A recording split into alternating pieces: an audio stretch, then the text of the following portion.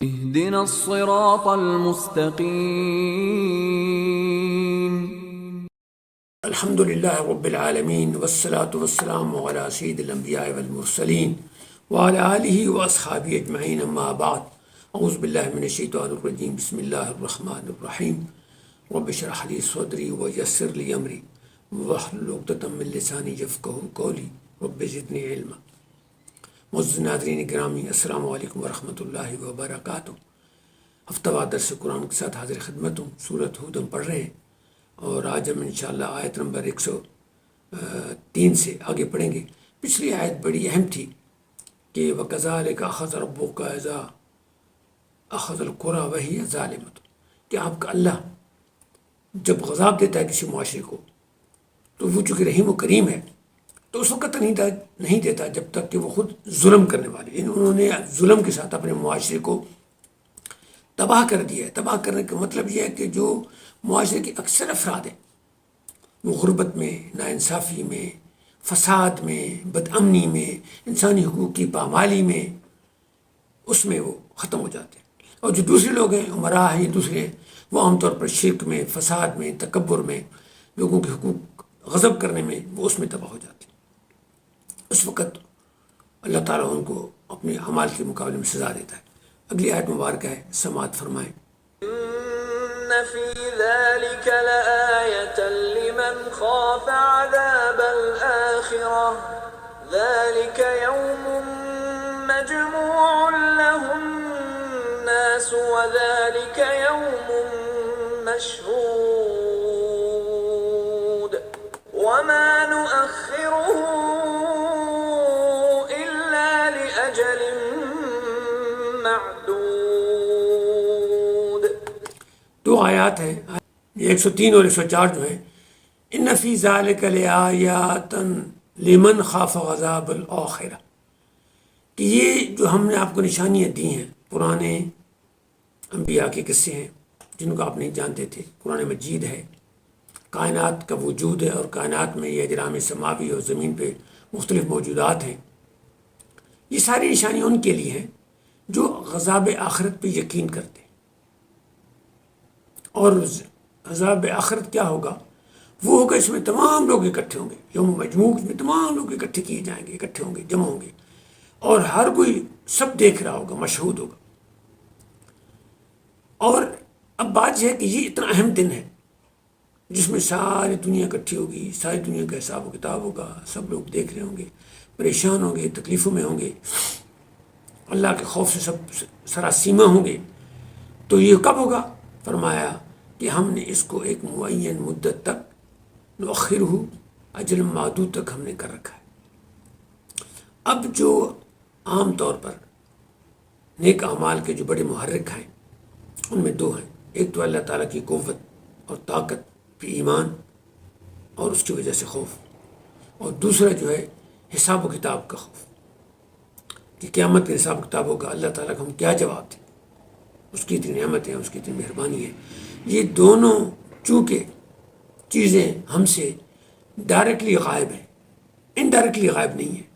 Directly غائب اس طرح مطلب ہے کہ ہم ان کو سامنے نہیں دیکھ رہے، کوئی سامنے موجود ہو اس کو دیکھ کے ہم ڈر جائیں، جس طرح میں سانپ سامنے آ جائے تو ہم ڈر جاتے ہیں، شیر سامنے آئے تو ڈر جاتے ہیں، حکومت کا کوئی آگے کوئی پولیس والا ہے اور ویڈیو کیمرہ سے ہم ڈرتے ہیں کہ وہ ہمیں پکڑ لیں گے اور وہ دکھا دیں گے۔ اسی طرح عذاب آخرت بھی آنے والا ہے، ہمیں پتہ ہے کہ مر جانا ہے، اور سائنس بھی اس بات کی یقین کرتی ہے کہ یہ جو نظام ہے ایک دن تلچھٹ ہو جائے گا، ختم ہو جائے گا، سورج بھی ختم ہو جائے گا، اور زمین بھی کوئی شہاب ثاقب یا کوئی بیکٹیریا آ کے اس کو ختم کر سکتا ہے، بڑے اسباب ہو سکتے ہیں، لیکن سامنے نہیں ہے، لہٰذا ہم اس پہ یقین ایسے یقین نہیں کرے جو پکا یقین ہو، صرف علم کی حد تک اس کو ہم جانتے ہیں۔ اسی وجہ سے ہمارے جو کردار ہیں ان میں کوئی خاص تبدیلی نہیں آتی، ہم وہیں کی وہیں کھڑے ہیں، مسلمان بھی وہیں کی وہیں کھڑے ہیں، اور جو غیر مسلم ہیں، جو خدا پہ یقین کرنے والے مسیحی یا یہودی، وہ بھی یہی حالت ہے۔ صرف ان لوگوں کے جو اللہ پہ یقین کرتے ہیں اور ایسا یقین کرتے ہیں جو ان کے کرداروں کو بدل دیتا ہے۔ اور اللہ تعالیٰ نے اپنی حکمت کے تحت اس قیامت کو اسی مؤخر رکھا ہے کہ تاکہ لوگوں کو آزادی ہو، کیونکہ سامنے اگر آ جائے گا نا تو خوف سے وہ گھبرا جائیں گے اور توبہ طائب ہو جائے۔ خوف کی وجہ سے انسان، اسی لیے موت کے وقت توبہ قبول نہیں ہے، کیونکہ اختیار ختم ہو گیا، بندہ جا رہا ہے، اسے پتہ ہے میرے پاس اب کچھ نہیں ہے، میں تو یہ قبول نیت نہیں ہے۔ تو اس وجہ سے کہا کہ بھئی لوگوں کو تاکہ خوف نہ ہو، لوگ اپنی آزادی کے ساتھ اپنے اختیار استعمال کریں تاکہ ان کا حساب صحیح ہو سکے، اور آخر میں اگر انہوں نے توبہ کر لی اور اللہ نے معاف کر دیا تو پھر وہ حساب کتاب ہوگا۔ یہ ایسی حکمتیں ہیں۔ اس لیے حضور نے فرمایا کہ جب قیامت آئے گی تو لوگ بازاروں میں کوئی کسی کو کپڑا لے رہا ہوگا، کوئی کھانا کھا رہا ہوگا، کوئی جانوروں کو پانی پلا رہا ہوگا، کوئی اور کارخانے میں کام کر رہا ہوگا، اور اچانک قیامت آ جائے گی۔ اور قیامت کی جو کیفیت ہے وہ بڑی سخت بتائی گئی ہے، اس کا آگے بیان کیا جا رہا ہے اگلی 2 آیات میں۔ سماعت فرمائیں۔ يوم يأتي لا تكلم نفس إلا بإذنه فمنهم شقي وسعيد فأما الذين شقوا ففي النار لهم فيها زفير وشهيق۔ اب ان 2 آیات میں اللہ تعالیٰ کیفیت بیان فرما رہے ہیں کہ جو اللہ تعالیٰ 2 آیات میں قیامت کی کیفیت بتا رہے ہیں کہ وہ دن ہے قیامت کا جس کو میں نے مؤخر کر رکھا ہے ایک معین مدت تک۔ وہ ایسا دن ہے کہ جہاں جس وقت کے کوئی لوگ خوف کی وجہ سے اس دن کوئی بات نہیں کر سکیں گے، یعنی کوئی آدمی خوف کی وجہ سے، اللہ تعالیٰ کا اتنا خوف ہوگا، اتنا جلال ہوگا کہ وہ کوئی بات نہیں کر سکیں گے، پریشان ہوں گے، سراسیمہ ہوں گے۔ یعنی قیامت کے آثار اور قیامت کی کیفیت احادیث میں بیان کی گئی، اور اتنی خوفناک ہے، ہولناک ہے کہ واقعی اگر ہمیں پڑھیں تو اس کا احساس ہوتا ہے۔ اور اس دن کچھ لوگ جو ہوں گے وہ سعید ہوں گے، خوش بخت ہوں گے، اور کچھ لوگ جو ہوں گے شقی ہوں گے، بدبخت ہوں گے۔ اللہ تعالیٰ نے بدبختوں کا پہلے ذکر کیا ہے اور ان کی کیفیت پہلے ذکر کی ہے، اور خوش بختوں کی پہلے بعد میں ذکر کی ہے، ان کا ذکر بھی بعد میں کیا ہے اور ان کی کیفیت بھی بعد میں ذکر کیا ہے۔ مقصد یہ ہے کہ ہمیں جو خطرناک چیز ہے اس سے پہلے آگاہ کیا جائے تاکہ ہم اس کے لیے بندوبست کریں، تاکہ ہم اپنے آپ کو بچاؤ کریں، جنہوں کی امید بن جائیں اور ہم بیٹھے رہیں اور اس کے بعد ہمارا انجام خراب ہو۔ اس لیے خوفناک چیز کو پہلے بطور بچاؤ کے طور پر ذکر فرمایا ہے کہ اس دن کوئی آدمی بات نہیں کرے گا مگر اللہ کے حکم سے، اور ان میں سے کوئی شقی ہوں گے اور سعید ہوں گے۔ اور جو شقی ہوں گے، بدبخت ہوں گے، اپنے اعمال کی بنا پر، اپنے ظلم کی بنا پر، اپنے گناہوں کی بنا پر، اپنے کفر و شرک کی بنا پر، حقوق العباد میں زیادتی کرنے کی بنا پر، وہ ففی النار، اور ان کو آگ میں پھینک دیا جائے گا۔ وہ آگ میں رہیں گے اور اس میں کیا ہوگا؟ زفیر و شہیق، اور چیخ اور چلانا ہوگا، یعنی ایسی سخت آواز جس طرح کی کرخت آواز گدھے کی ہوتی ہے، اور اتنی خوف یعنی غمناک آواز جس طرح ایک بلی مرنے کے وقت جو اس طرح کی آواز کرتی ہے، کس طرح کی آوازیں ان کی آئیں گی۔ لیکن ان پہ جو دوزخ کے جو فرشتے ہیں، جو اس کے چوکیدار ہیں، یہ جو سزا کے اوپر ذمہ دار ہوں گے، وہ کوئی رحم نہیں کریں گے، وہ اسی طرح ان کو سزا دیتے رہیں گے جس طرح ان کی سزا کا ان کو حکم دیا جائے گا۔ اور پھر فرمایا کہ یہ ان کی جو مدت ہے عذاب کی، یہ ان کی مدت بہت زیادہ ہے۔ اس کے بارے میں اب سنیں۔ خالدین فیہا ما دامت السماوات والارض الا ما شاء ربک ان ربک فعال لما یرید۔ فرمایا کہ یہ وہاں رہیں گے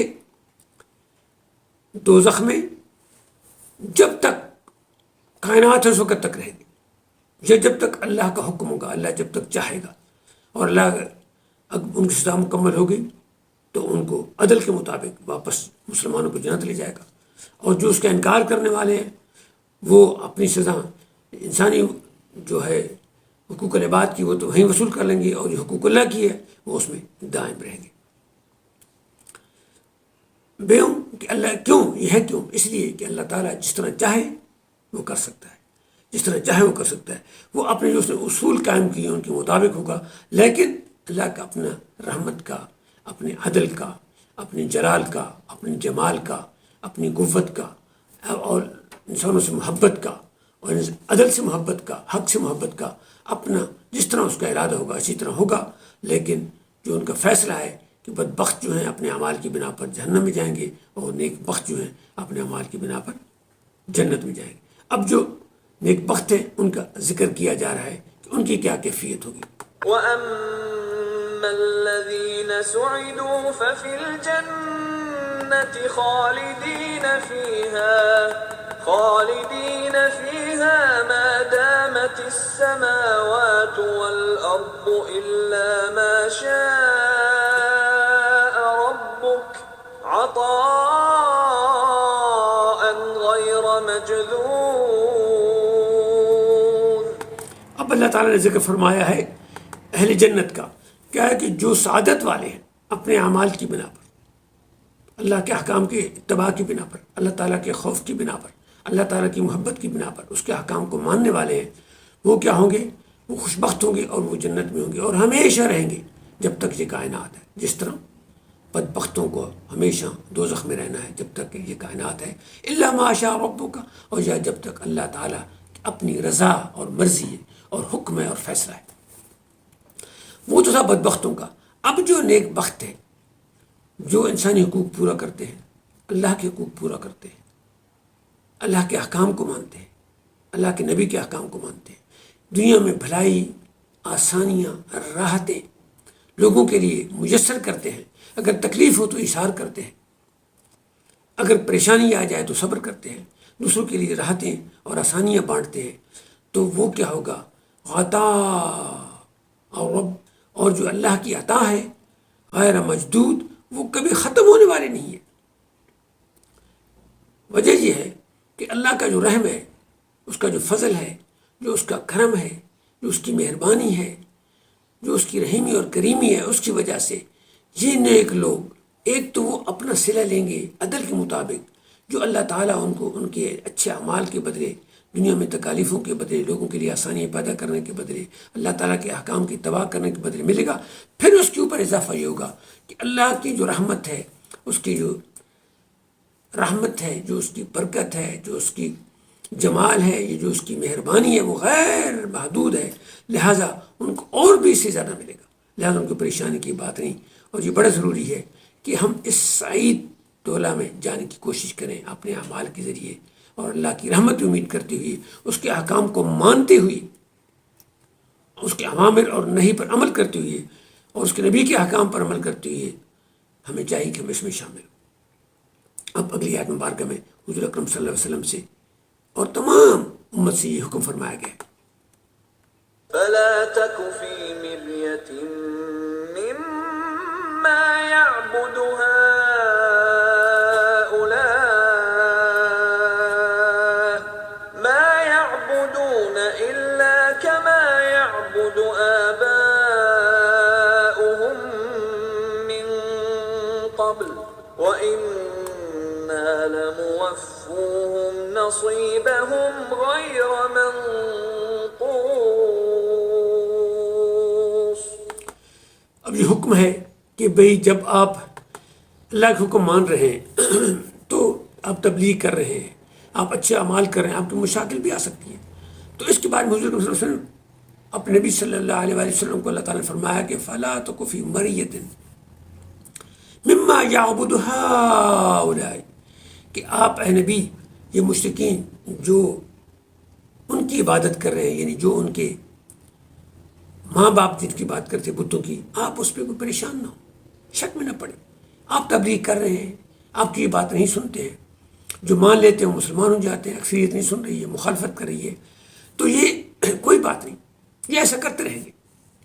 اور اسی طرح یہ کریں گے جس ان کے ماں باپ نے کیا تھا من قبل، اس سے پہلے، یعنی اس سے پہلے بھی یہ بھی اپنے ماں باپ کی بات مان رہے ہیں، رواج پہ چل رہے ہیں، طریقے پہ چل رہے ہیں، اور ان کے ماں باپ بھی سے چلتے رہے. اور یہ طریقہ یہ ہے اکثر کہ یہ حدیث کے مطابق کہ جو ماں باپ ہیں اپنے بچے کو، انسان اتنی فطرت پہ آتا ہے، اس کے جو بچپن کا ماحول ہے، ماں باپ کا ہو یا اس کے والی کا ہو یا اس کے گارڈین کا ہو جس میں وہ رہتا ہے، اس کا ماحول اس کو کسی بھی مذہب پر لے جا سکتا ہے، نصرانی ہو، دہریہ ہو، مسلمان ہو، کافر ہو، مجوسی ہو. کیونکہ یہ جو پہلے 10-11 سال ہوتے ہیں اس وقت انسان کا جو ذہن ہے، اس کے جو سراؤنڈنگ کے اثرات ہوتے ہیں وہ اتنے گہرے ہوتے ہیں ان سے آدمی ساری عمر نہیں نکل سکتا جب تک کہ اللہ کی مہربانی نہ ہو یا انسان کے اندر جستجو نہ ہو. یہی وجہ ہے کہ 70 سے 80% لوگ اسی طریقے پہ چل رہے ہیں جو ان کو بچپن میں میسر آ گیا ہے. صرف 20 یا 25% لوگ ہیں جو تحقیق کر کے اپنے ارادوں کو بدلتے ہیں. تو اس لیے فرمایا کہ آپ شک نہ کریں. اور پھر یہ ہوگا کہ اللہ کا عدل لموفوہم کہ ہم ان کو پورا پورا دیں گے. نصیبہم جو ان کا نصیب کے بعد جو ان کا حق ہے، یعنی جس طرح انہوں نے عمل کیا ہے حقوق اللہ میں پورے کیے ہیں جزا ملے گی، نہیں پورے کیے ہیں سزا ملے گی. حقوق العباد میں پورے کیے ہیں ان کو اس کا اجر ملے گا، دنیا میں ملے گا یا آخرت میں ملے گا. نہیں پورے کیے ہیں اس کی سزا ملے گی اور اس میں کوئی کمی نہیں کی ہو جائے گی. تو یہ بڑا اہم ہے کہ یہ جو احکام ہیں ان کو ہم سمجھیں اور ہم اپنے کرداروں میں یہ ضرور کوشش کریں کہ ہم اپنے اللہ کے احکام کے مطابق زندگی بسر کریں، تاکہ ہمیں قیامت کے دن بدبختوں کے ساتھ جہنم میں جانا پڑے بلکہ نیک بختوں کے ساتھ جانا پڑے. چنگے آندے لگ گیا میری جھولی پھل پئی. تو اچھے لوگوں کی اتباع کرنے میں جو حقوق اللہ اور حقوق العباد کو پورے کرتے ہیں، یہ بڑا ضروری ہے کہ حقوق العباد کی اہمیت کو سمجھا جائے. جو شریعت نے جس کو حقوق اللہ سے زیادہ اہمیت دی ہے، اللہ کے احکام کے مطابق زیادہ اہمیت دی ہے، اس پہ عمل کیا جائے. اللہ تعالیٰ آپ کو اور مجھے اسلام پر چلنے کی توفیق عطا فرمائے. وما علینا الا البلاغ المبین. انشاءاللہ اگلی ہفتے ملاقات ہوگی. والسلام علیکم ورحمۃ اللہ وبرکاتہ.